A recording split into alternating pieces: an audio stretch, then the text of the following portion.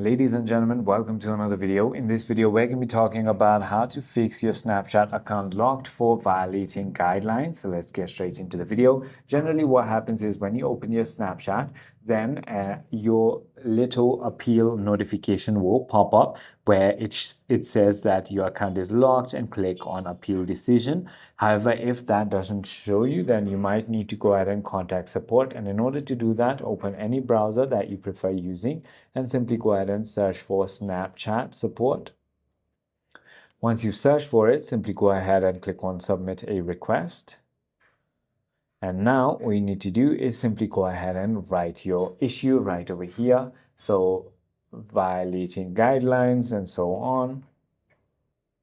And you can simply go ahead and click on the reporting form right over here. And this is where you want to enter your email, your description, your organization name, if you have any, your confirmation of email, full name of right holder, and exactly the information what is caused. So it is as simple as that. I hope this video clarifies everything for you. For more queries, feel free to comment down below, and I'll see you on the next one.